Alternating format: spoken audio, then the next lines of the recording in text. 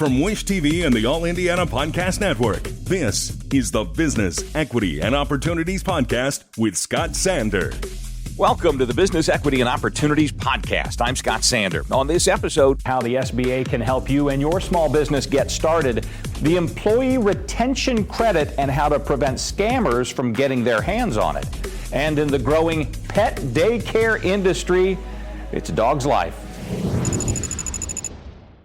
Every business is unique and has a target audience. If you own or manage a business, Circulus Digital Media can help you connect and grow your customer base with turnkey digital solutions that are nimble, offering best-in-class results, service, and support to reach a bigger customer base, allowing you to pinpoint a specific audience down to the smallest details. Get outside the city, the state, span the globe. Put Circulus Digital Media to work for you. Get started now at circulusdigital.com. That's circulusdigital.com. Why get all your holiday decorations delivered through Instacart? Because maybe you only bought 2 wreaths but have 12 windows. Or maybe your toddler got very eager with the advent calendar. Or maybe the inflatable snowman didn't make it through the snowstorm. Or maybe the twinkle lights aren't twinkling. Whatever the reason, this season, Instacart's here for hosts and their whole holiday haul. Get decorations from the Home Depot, CVS, and more through Instacart, and enjoy free delivery on your first 3 orders. Service fees and terms apply. Let's go ahead and get started. With the help of the Small Business Administration, the U.S. government spends billions of dollars each year in contracts with small businesses that provide goods and services in government projects. If you want a piece of that pie, you have to meet some requirements. That's where the SBA comes in. This is Business, Equity, and Opportunities. Getting started. I'm Sharon Harvey with the U.S. Small Business Administration. I'm the lead outreach and marketing specialist. So I serve all 92 counties in the state of Indiana. Although the district office is in Indianapolis, we actually service all 92 counties, whether that is in person or whether that's virtually. For those of you that don't know or may not be familiar with the U.S. Small Business Administration or the SBA, we are a federal agency that was designed that was started in 1953 to help businesses to start, to grow, and to expand, and to recover. The SBA, we are a free service. Most of our services are free. We do have some resource partners that we actually fund that do charge for some things that may be if they were bringing in a speaker or if they're doing a QuickBooks class. But most of the services that are provided by the U.S. Small Business Administration are free. We actually help you we want to make sure that when you go down the road to say, I'm going to start my business, that we make sure that you start correctly. And correctly means you've got a business plan. I mean, there's nothing worse to see a business or to talk to a business owner and to figure out they failed because they've been all over the place. Your business plan serves as your map. It serves as your roadmap to business. It tells you, I'm starting my business. In 2 years, I want to be here. In 3 years, I want to do this. Whether it's it's a hobby that you're now converting into a business, whether that's a brick and mortar, whether that's e-commerce, we're here to help you. We want to make sure that you're successful in your journey to small business ownership. We have workshops, we have seminars to help you do these things. And if you have a suggestion that you would like for us to do a workshop or bring some of our partners along with us, we'll be glad to do that. You can simply, as I said, go onto our website, give us a call, send us an email. You can do both through the website, and we are here to assist you in growing and starting your small business. After you've started your business, one of the next natural steps is to actually look at government contracting, whether that's city, state, or federal. That's a great way to add to the mix to growing your small business. But there are a lot of steps that you should actually make sure you're ready before you enter into government contracting, because what good is a certification, which we will talk about next week? What good is that certification if you haven't done the steps that you need? So, of course, as you start your small business and you're looking to grow, we want to make sure you have a valid business plan. One of the things that you need is a capability statement. People say, well, what's a capability statement? A capability statement is basically your resume for your business. We want to know who you've done business with, what are your NAICS codes. Of course, that's a governmental phrase, but your NAICS code is basically the industry that you're in, which classifies if you are a small business, meaning do you have under 500 employees, and what is the revenue code for your industry that you're in. So it's basically different for each individual industry. So understanding that you have a business plan, your NAICS code, you know who's buying what it is that you're even selling, whether you're selling or your services. We can actually help you figure out what agency is buying what it is that you need or that you're selling. So when we're looking at government contracting, we want to make sure that you have the capability and the capacity to make sure that you can keep up and that you can honor the award that you've won. When we're looking at contracting as an alternative or the next step for government contract for businesses, we look at city, state, federal, making sure that you can meet those needs. When you're registering with the city and the state, the requirements are a little different from the federal, because a lot of times people come and they say, I'm registered with my MBE or my WBE. Well, really on the federal side, that doesn't mean anything. So, making sure you understand your lingo. In Indiana, we have what we call our Procurement Technical Assistance Center, or short term is PTAC. They're getting ready to change their name soon to Apex. So you'll see it as PTAC or Apex. But what they can actually do is for free. They can actually help you build that capability statement. Make sure you have the right information in it. They can actually do a bid match service, so they can actually look and see if you actually qualify for a lot of business, for a lot of contracts. So making sure that you are ready to do business. One of the other key factors is making sure that you have the employees that can actually deliver on the actual contract.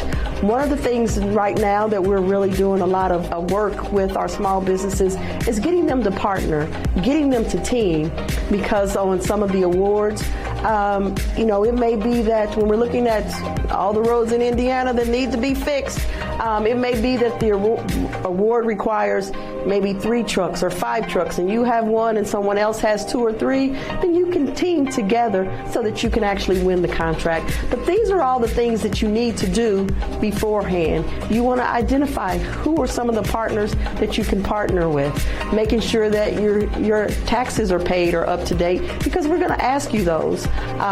Making sure that 51% of the ownership is by whom it says it is, and that you're actually the person that's conducting the work, because we need to make sure that the person that is running the business is the person that is actually in charge of day-to-day operations.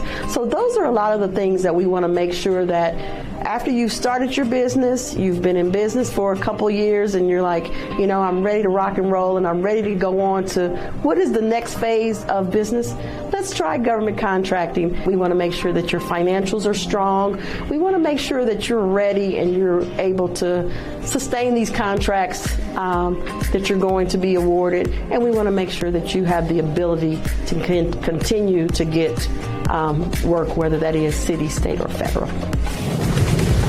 We're always here to help you mind your dollars on business equity and opportunities. Our weekly accounting and bookkeeping segment this week. Important insight from Thomas Bayer, a CPA and certified exit planner for Sikich LLP. He has a warning about aggressive third-party providers. This is Business Equity and Opportunities, Accounting and Bookkeeping. So my name's Tom Bayer. I'm a partner with Sikich. We have an office here in Indianapolis.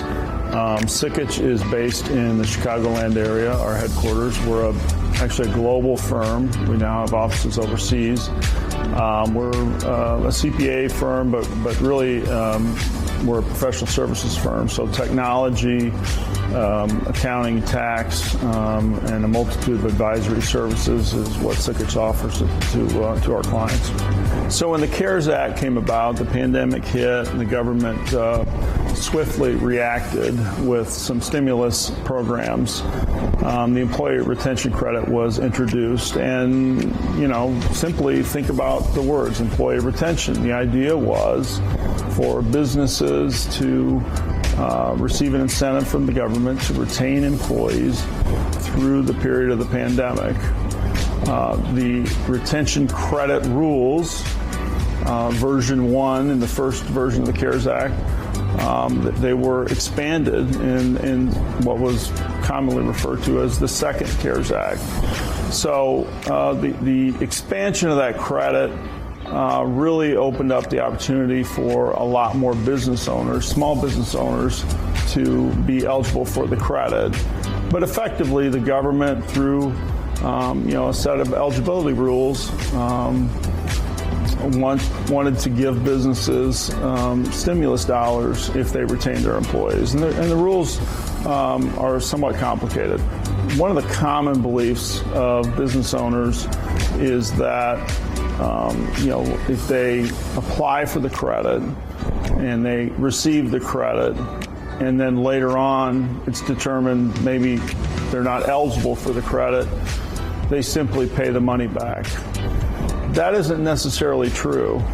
As the IRS is now more vocal about some of the fraud going on with this credit, as a business owner, you could find yourself in a situation where you not only have to pay back the credit, but you may have interest and penalties and fees that you may end up spending a lot more money than the original credit amount that you received. That's one of the things. The second thing to remember is, sometimes in life you can go back to the saying, everything you need to know you sort of learned in kindergarten. And, for business owners, if it sounds too good to be true, it probably is. And I think there are a lot of firms out there that have that messaging on the credit specifically that would lead a business owner to believe everyone qualifies, and everyone doesn't qualify. The pandemic was an example of where the rules were changing rapidly. New laws were coming out, and it was difficult to stay on top of them. And frankly, the guidance is new and not as comprehensive as some other tax credits and tax rules that we have to follow. So it's difficult. One of the things I think business owners and your viewers in general need to understand is a lot of firms that are out there promoting the credit and helping their customers with the credit are being paid on a contingent fee basis. 10%, 20%, 30% of the credit, of the refund, is their fee. And so that becomes an inherent conflict. They may be aggressive with the rules, more aggressive than a CPA, who typically doesn't charge a contingent fee, in most cases can't charge a contingent fee. So there's a level of objectivity you're going to get from your CPA that you may not get from the firm that's actually providing the service. There's really two main ways to get the credit. The first way, which is somewhat easier or clearer, right? The rules are much clearer, is based on gross receipts, right? You're a business owner, your gross receipts go down, you look at the IRS rules, if they went down enough, you qualify. The second way, which is where the gray area comes in, and we believe where there's potentially a lot of fraud, is if you meet what's called the partial suspension rules, right? So you have a partial suspension of your business operation due to a government order. Much more complicated rules. And while there's guidance out there, there's broad interpretation of that guidance. So again, I would just suggest to business owners that they need someone independent and objective to look at whether or not they qualify. And the other, major point here is they need the appropriate documentation to support that claim at the time they file it. There's a term, contemporaneous, right? If you take a deduction on your tax return, you really need to have the support for that deduction sort of on a contemporaneous basis, right? So you don't collect it later, you collect the support now, you keep it in a file. in the event you're audited. And the criminal investigation that the IRS has initiated, brings forth that firm. We expect a lot of those businesses to be caught up in that investigation. And what I think that being around the IRS and being involved in this profession for a long time, what I think people discount or don't think about is that you spend a lot of time and a lot of resources defending yourself in those situations, and that's a distraction. It's a distraction from what you're best at, which is growing your business. So, carefully consider whether or not it's worth it to try to go and get this credit and get good advice. And, sometimes it's better off when it's a gray area and you're not sure that you have a good case, you're better off just passing on it. Time for our deep dive on business equity and opportunities, our industry focus. According to a study from Grandview Research, pet daycares were a $1.12 billion industry last year, will grow by $600 million more this year, and cross the $2 billion mark by 2030. One thing pushing the jump, more people got pets during the pandemic, and that's leading to big business at places like Camp Bow Wow. This is Business, Equity, and Opportunities. Industry Focus. Angie Hunter is franchise owner of Camp Bow Wow in Central Indiana. Camp Bow Wow is the leading, most trusted doggy daycare and boarding facility in the United States. It has over 200 locations in 42 states and in Canada. Well, my original career, I was a dentist. I'm still a dentist, actually, and I practiced dentistry for 31 years. Upon retiring from full-time practice, I felt like I had a lot of energy still to give, wanted to invest in something new and exciting in my retirement. And so I looked at the pet care industry, had a long-time love of dogs and caring for people, and it just felt natural to look at the pet care industry to care for dogs. As I was looking at the pet care industry, I thought of my son, who's a former canine police officer. He has done tracking and he had a drug dog, and he loves dogs as well. And so we talked about doing this together. I think during COVID, it seemed that most people bought dogs or got dogs. The dog business was booming during COVID, and now I find that people are home, either working from home, and the dog is bored while they're trying to get work done, or they're needing a place to take those dogs during the day. The industry itself is projected to grow to over $184 billion by the year 2030. And that would be a compounded growth rate of 6.4% a year. So the industry is very healthy. There's a great need. Specifically here in Noblesville, I'm a Noblesville resident, and there are no doggy daycare and boarding facilities within our community.